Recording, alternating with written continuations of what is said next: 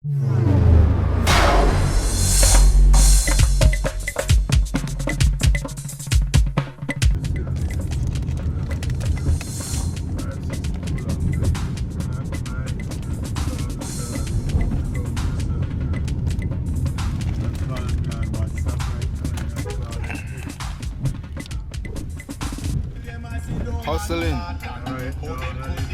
Yeah, well, I'm with my boy Sala. You don't know, we're running through the River Valley area, right? So we're gonna stop through all the villages, we're gonna check out what's happening here, but most importantly, we're heading to the Baboon Sanctuary. Right? So look out for the baboons, howler monkeys. I believe the genus name is Alwata. If I'm not mistaken, that's the genus name. Flowers Bank coming up. No, this is sign, but Flowers Bank coming up right now. All right. This whole valley area live. It's an ancient settlement because of the river. You can see all those flags. There are 14 flags there, and they represent the 14 men who was involved in that historical meeting. And here is the Flowers Bank Monument. The public meeting courthouse settlement at Belize, June 1st, 1797. The question put to vote before the members in attendance at the public meeting with the impending Spanish invasion by sea from Yucatan. Was it in the best interest of the settlement to evacuate or to stay, defend and keep possession of same? The vote was taken. 51 for evacuation, 65 against. The majority against evacuation, 14. They are forever honored and so listed below. William Croft. Present. Cecil Flowers. Present. William Pinder. Present. David Dawson. Present. William Flowers. Present. William Scott. Present. George Rayburn. Present. John Dawson. Present. George Grant. Present. Joseph Smith. Present. Thomas Robertson. Present. Adam Flowers. Without the Flowers Bank 14, you know that we probably wouldn't have Belize at this time. So Flowers Bank has a major importance to Belizean history, and this is what we're hearing from Mr. Clinton Rayburn. What's special about Flowers Bank in your opinion? Going up here all these years. What's so special about Flowers Bank? Because it is so peaceful. If you notice, you have the river not too far, and you have the creek that if you have problem in getting food, you can catch some fish, you could, and then people used to do everything to survive, like, making a milpa, they make the colonial, they do everything in those days to survive. Mm-hmm. And that's really give me the idea how unique this community is. And we still continue to do some of the same thing to survive, So, for this day here, the history is saying that 14 men leave from Flowers Bank and beyond to attend a public meeting in Belize Town, which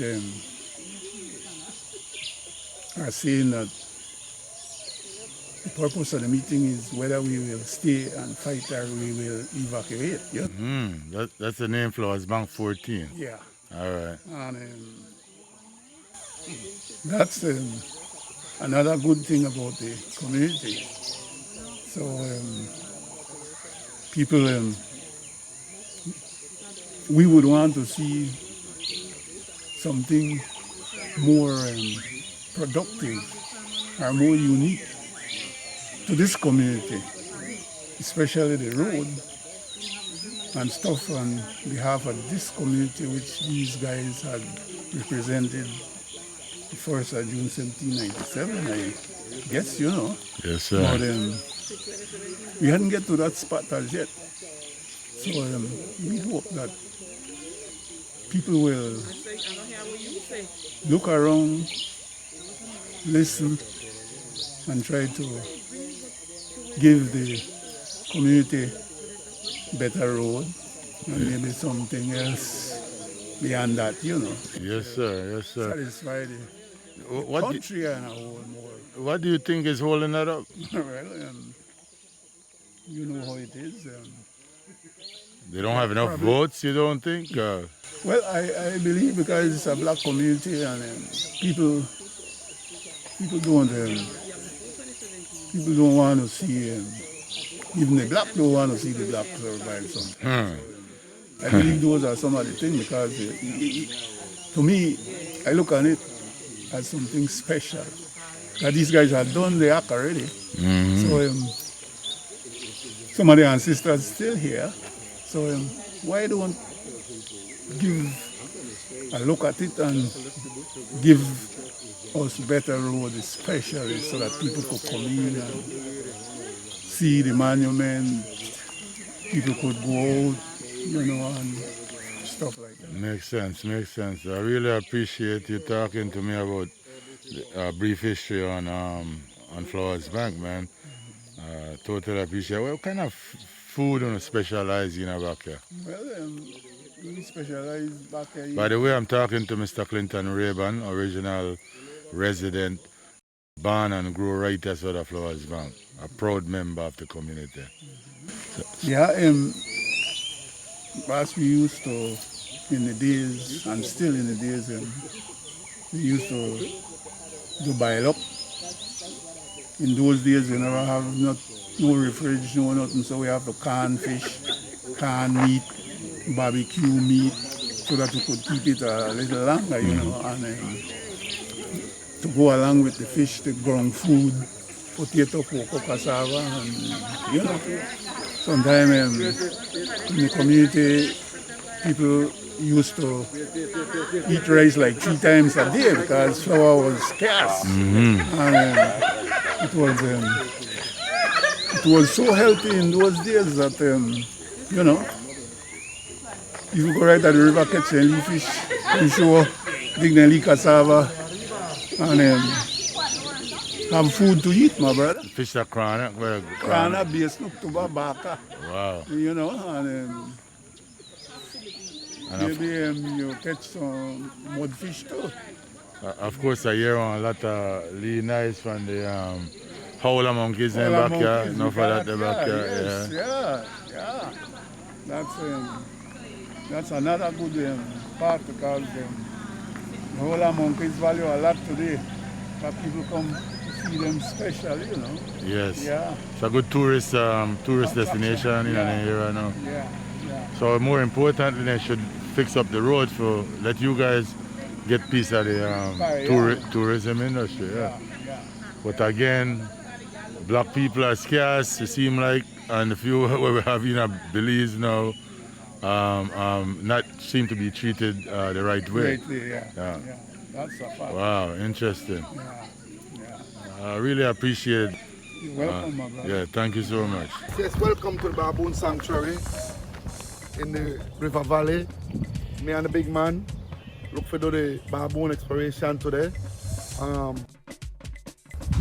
Joel Mission Tours, Sala, Gilbert Domingo. Once you come to Belize, once you reach the city and you want to get this in-depth vision of where they're going, it will.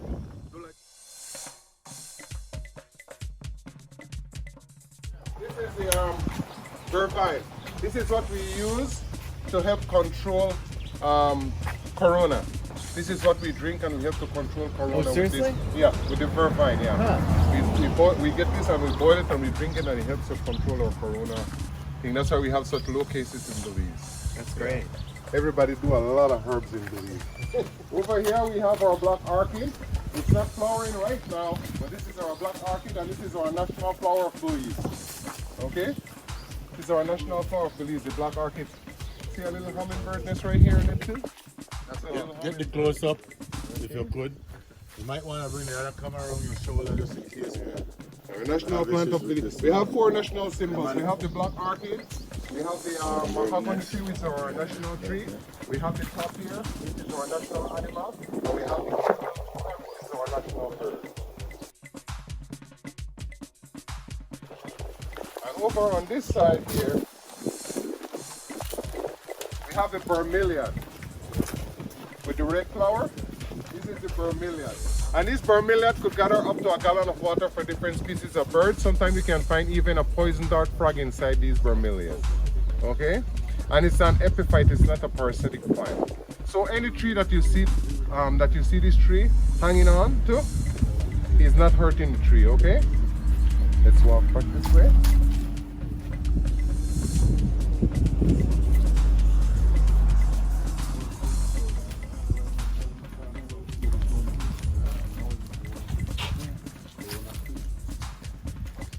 This is a fern. This is our local tattoo. It's not Poisonous. yeah, no, it's not poisonous and it won't last long. It's just temporary. It's a temporary tattoo. Oh, Oh, look at that. it's a temporary tattoo and it's from the fern. Look at you see? Just a temporary tattoo. It won't hurt you. It's not like using poison ivy or poison anything, okay? That's great. And it's from the fern. It's from a fern leaf, okay? Okay. Just follow me this way. Yeah, as I say, folks, the walk takes about 45 minutes to an hour, okay? So, the big one over there, that's a mahogany tree. And in 1700, we had the English log cutters here who were cutting a lot of wood, mainly logwood and mahogany, which they used to extract a toxin purple dye from the logwood tree, okay? And this tree used to be a ways and means of transportation. Like in the 1700, we didn't have the road put through these villages here, so people couldn't drive cars in here.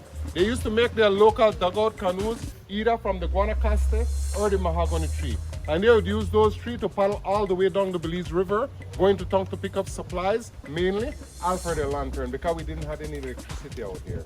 Okay, so they used to use the canoe to go down into the city to pick up their lantern aisle. Okay, and this tree could go up to 6 feet in diameter. Mahogany doesn't have deep roots, so you have to have wide buttresses to keep it from falling down in hard winds. From those buttresses, we make traditional kneading bowls and washing bowls, like to knead corn, flour, and stuff in, and even to wash your clothes in. And those bowls could last a lifetime. Okay?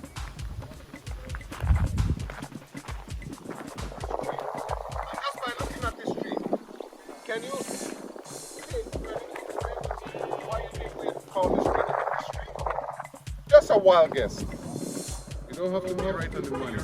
Can you figure out why we call it the tourist tree? Come on. Nothing you see happens to tourists when they come to Belize? Sunburn. Sunburn. Oh, I see. They get Red and peely. Red and peely. Like you people come from this cold country, get in Belize where it's warm, humid, you start getting sunburn, blister, you lose your skin. That's what the tree does. But it's also the antidote for poison ivy or poison oak. So if you get burned with poison ivy or poison oak, all you have to do is to find one of these trees. Take your knife or a machete, take a piece of bark from it, soak it in water, you wash that air with it, and it heats it right out. Okay? And the local name is a gumbo.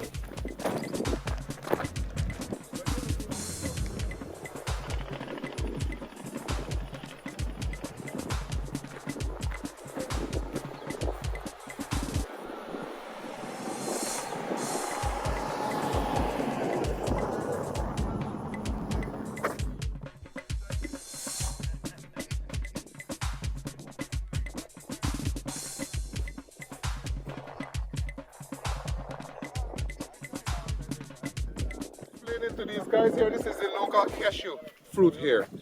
We even have a saying to say this is the fruit that the devil make. Why? Jesus was making all these nice fruit like apples, mangoes and stuff with the seed inside. The devil say, hey, I'm going to come here, I'm going to make a fruit. He made the fruit, didn't put the seed inside, he was figuring how to do it and he couldn't figure a way. So he decided to stock it on the outside.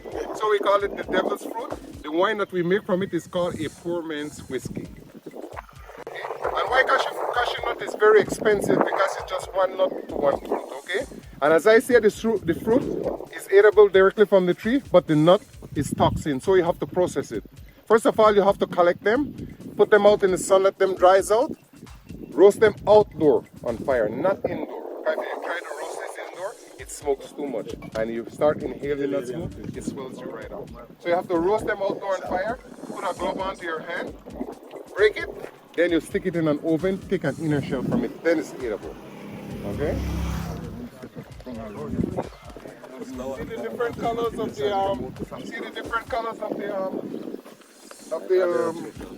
yellow and the pink? Those are the different colors of the flamboyant. The different colors of the flamboyant, pink and red.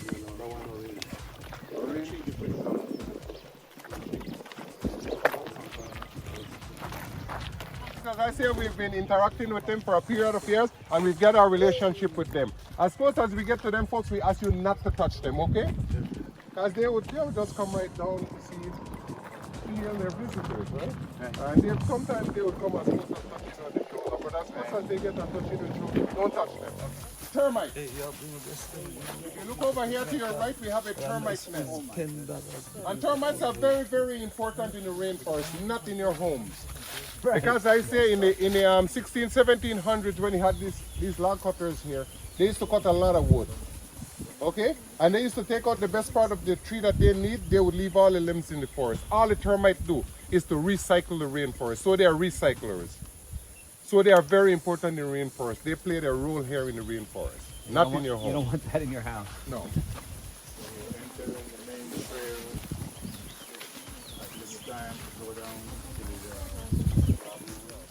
It's from the scented leaf cutter ant, locally known as wee-wees or microformers. They even used to use these male ants, which we call the solar ants, as staples or sliters to stitch cuts. So if I had a big cut on your hand, they used to use these huge males to keep the cut together. They are like pinchers, okay? The females are the one who does the work, unfortunately. The females are the one who does the work. The male sit around in the mound, urinate on the leaves that the female take in there, and it grows a fungus that they eat. So they provide their own food.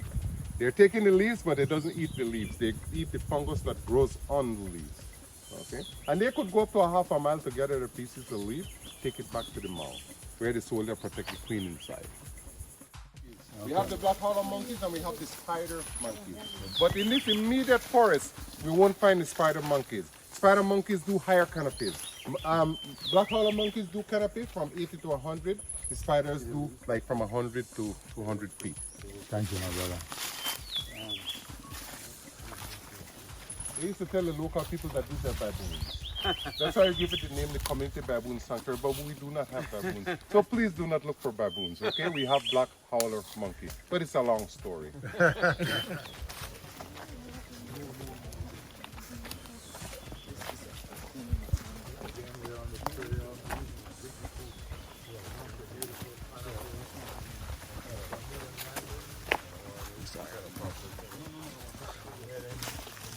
White-colored mannequin, the female.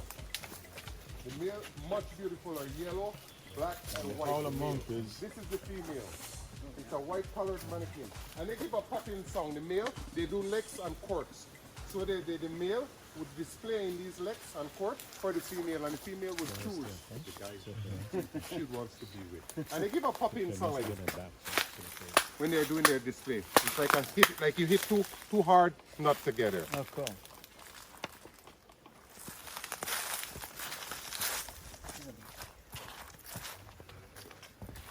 Just take your time on the bridge, okay?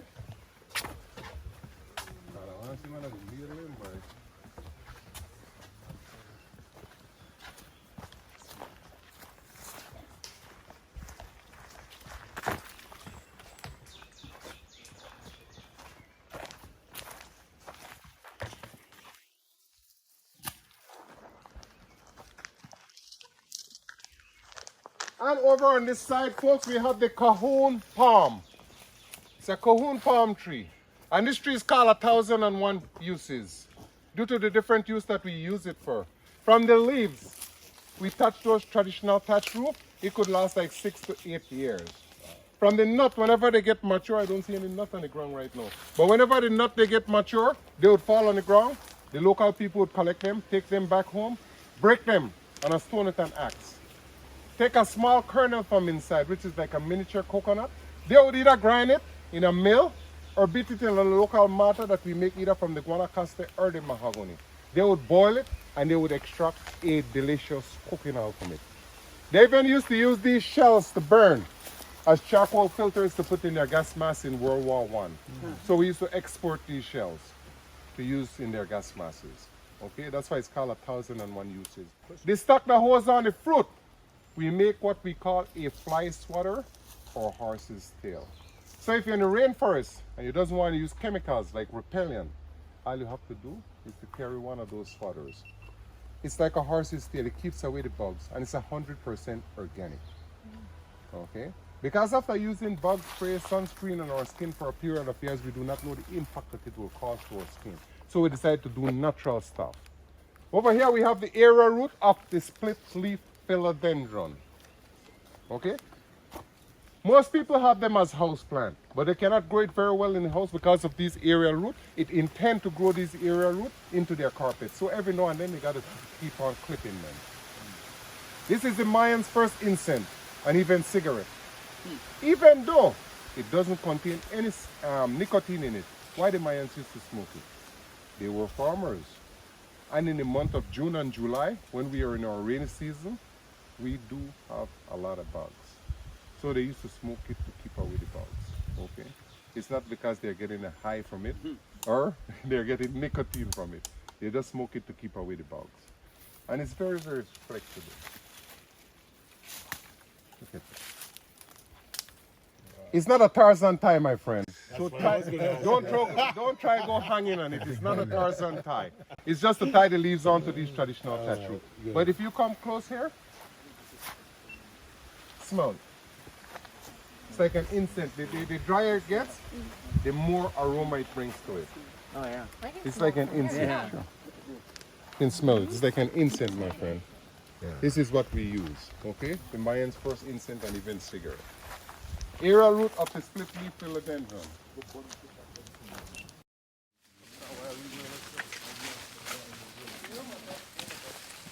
No, folks.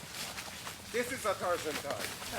This is a Tarzan tie. This is the one that you can climb. Let's go start with this. You could pull right up on this thing like 10 of you guys could hang on this and you won't break it down. How much man is this thing for? Huh? This could go for like, this could go up to about 150 feet, 200 feet. Careful.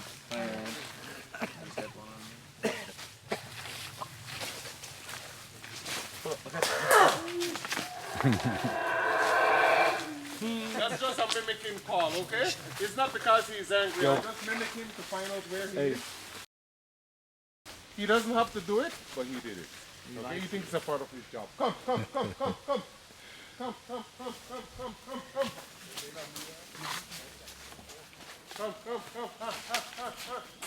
Oh, baby, come.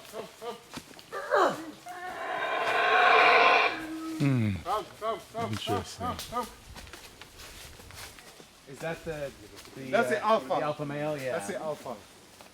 Come. Wait right here. Let me see if I can. So right now we're in this beautiful canopy next to the howler monkeys, and the tour guide is actually calling them down to the floor so that we can interact without touching them, of course. And wow, what a beautiful sound back here. Keep watching. Come.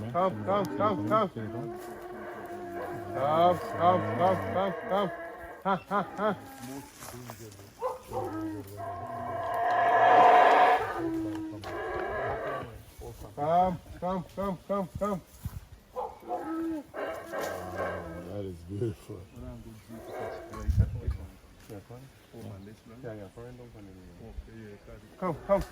Come.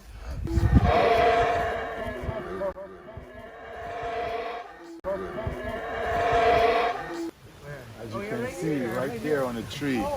What a beautiful sight. Very close. No zoo, you don't have to cage these animals.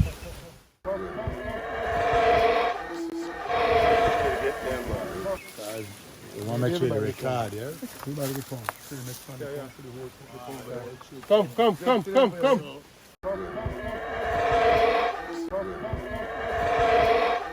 See how they use those prehensile tail? It's like they're fifthing. Without that tail, they wouldn't have a chance of survival.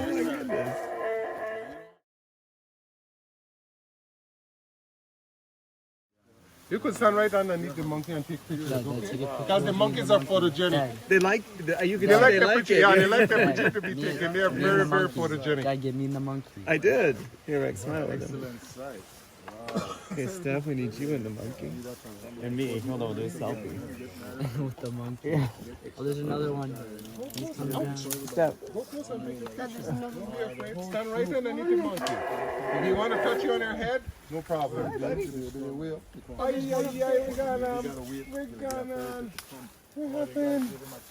Even though they hang by their tail upside down, they can eat their food and still digest their food. He likes Hanging to come upside see down. you. He threw that at you.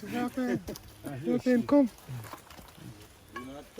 Yeah, we don't touch. Please, we don't want to touch them. Yeah, we don't want to touch them because these are wild monkey. But as I say, we've got our relationship with them. That's why they allow us to get that close to them. And we do not want to scare them off by touching them, okay? This is beautiful. Is this a boy or a girl? That's a girl. She's very friendly. This is a girl. See the younger baby coming there? Oh, there's one over there. See the younger baby coming? This is an adult female as well coming down. This is an adult female. This is a juvenile and that's a baby. They look for the camera. I know. Because we always go. No.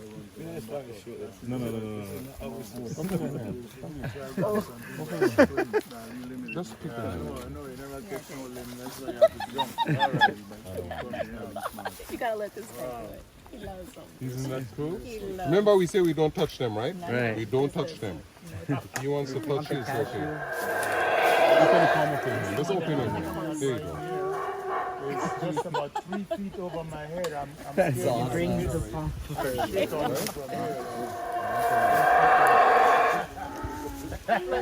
You might want to piss or shit on him.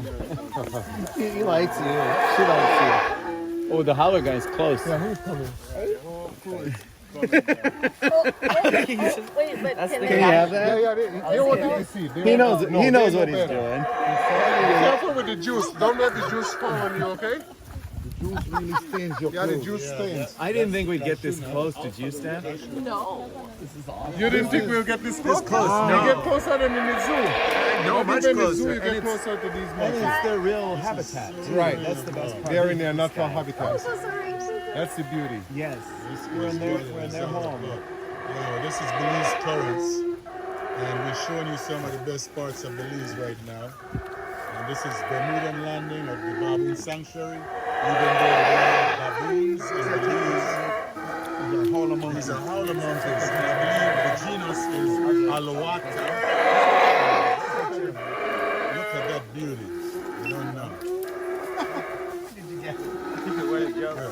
This is such a beauty.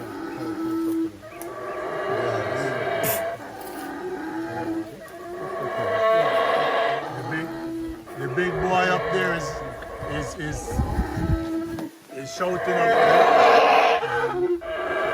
So the howls from these howler monkeys can be heard up to 5 kilometers in a dense jungle. Beautiful. Everybody take off. Natural habitat. I want him to come Howler down. monkeys. Very rarely you're going to get close to him. 5 kilometers. You know how to get in the you dense close. jungle. Because I mimic him into howling, that's why he gets howling. And his thing is nobody howls.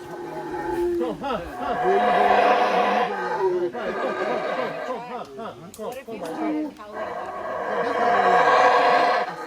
He would fatten the neck like a real big. louder? He feels challenged if you start to howl? He feels challenged. But he won't come after you. one come after you. Come by, come. Does he eat the peel or how? That is Oh, he eats the peel too. Sometimes they do, sometimes they don't. Come, baby, come. Now usually hold. Come, baby, come. Come, baby. Come, baby, come. Come, baby. Yes, baby.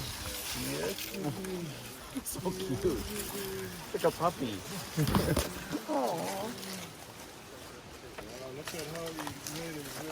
Gone down to mama. When did they start learning how to climb? That bird. They climb on mom first. Back, front, side. And then later on they venture out. Yeah. I came down here. Where's my All of banana? these monkeys are females. Just the alpha male is a male in this group. All the rest are female. Even the babies are female. right there. So it's the alpha male, mom, babies, or do they just The pick alpha partners? male is the dad, and we have 2 adult females, which is the mother of those 2 babies. So he gets the pick of the litter. Yeah. He's the alpha male. Gestation period 6 months. A female will be pregnant for 6 months, then she'll have a baby.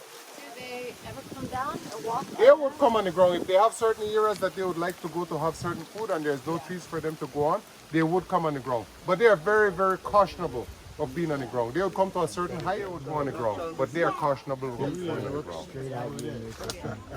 Yeah, it's like they know. Definitely. The boy get a pretty one day, leave Tarzan, they practice it Tarzan. Yeah, he learned to move around by own now. Yep, my name is Wallingston Russell, and I work as a tour guide out here at the Community Baboon Sanctuary. So just big me up, Papa Curly. Anything I want to say to anybody way? Well, what I would like to say to anybody visiting the Community Baboon Sanctuary, that we do very knowledgeable tours out here, okay? And people coming out here, they will get to see monkeys.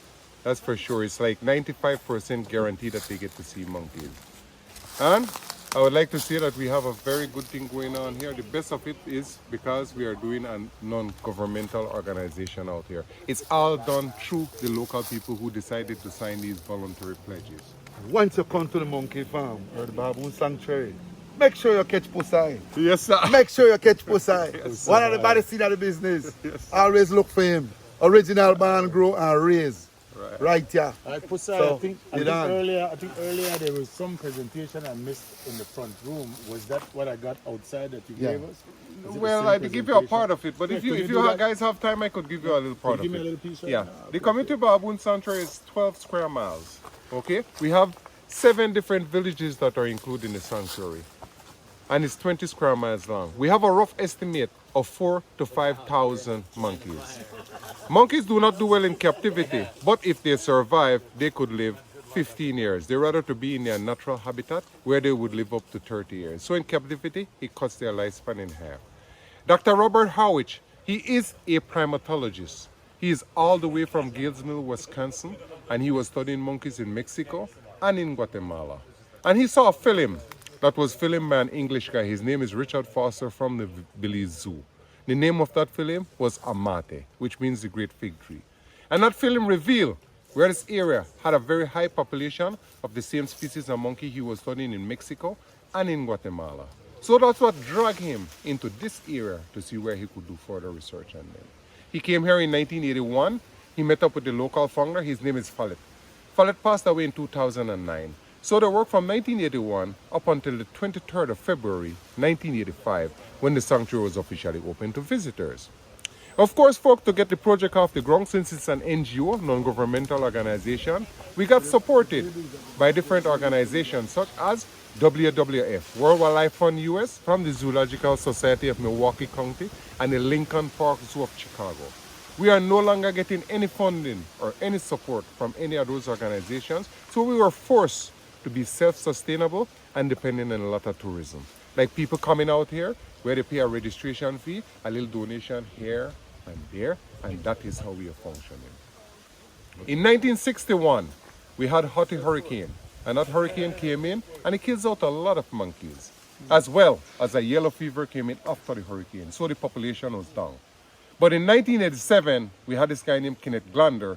He's from Duke University, and he was out here doing a research on them, where he would shoot them with dart tranquilizers. We got blood sample. The result came back. We found out that we had a very healthy, growing population of monkey. So population grew from 4 to 500 to 4 to 5,000. Thank you, my brother. Thank you very much. Love, I appreciate it. And always, you could always recommend the community Baboon Sanctuary where you get the pen. Tune into Belize Currents, and this is your host, Papa Curly. Don't forget to like, share, and subscribe. Wow.